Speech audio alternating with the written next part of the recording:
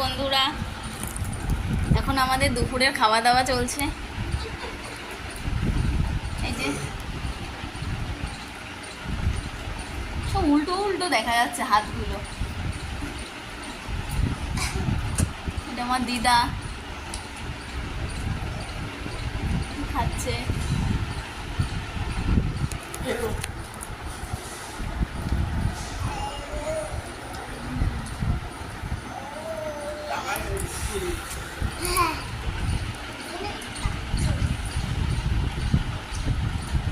কেউ কেন কথা বলছো না কেন? সবাই খেয়ে যাচ্ছ যে যার মতো। কি গো, তুমি কিছু বলো, তরকারি কেমন হয়েছে? তাই এর জন্য কথা বলছো না?